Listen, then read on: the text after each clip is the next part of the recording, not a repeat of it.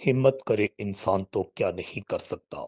दुनिया में ऐसे बेशुमार लोग मौजूद हैं जो बेशुमार माजूरी और कठिन हालात के बावजूद ना तो भीख मांगते हैं और ना ही किसी के आगे हाथ फैलाते हैं, बल्कि अगर वो दोनों हाथों और टांगों से माजूर भी हों तो इसके बावजूद भी वो भीख मांगते हुए नजर नहीं आते, बल्कि वो अपने बलबूते पर ही अपनी दुनिया बसाते हैं और दुनिया को साबित करते हैं कि बगैर बाजुओं के और बगैर टांगों के कि इंसान अगर चाहे तो हर वो काम कर सकता है जो दो टांगों वाला और दोनों हाथों वाला एक नॉर्मल शख्स करता है। ऐसी ही एक मिसाल सामने आई है तंजानिया के इलाका तंबोला के रहायशी एक सियाफाम नौजवान की, जो बचपन से ही दोनों हाथों से माजूर था। शुरू में उसे काफी मुश्किलात का सामना करना पड़ा, मगर वक्त गुजरने के साथ साथ उसने जिंदगी के कठिन रास्तों पर चलने का फैसला किया और ये भी फैसला किया कि वो किसी सूरत भीख नहीं मांगेगा, और आखिरकार उसने वो कर दिखाया जो नामुमकिन था। तंजानिया के इलाका तंबोला का रहायशी सियाफाम नौजवान हर वो काम कर सकता है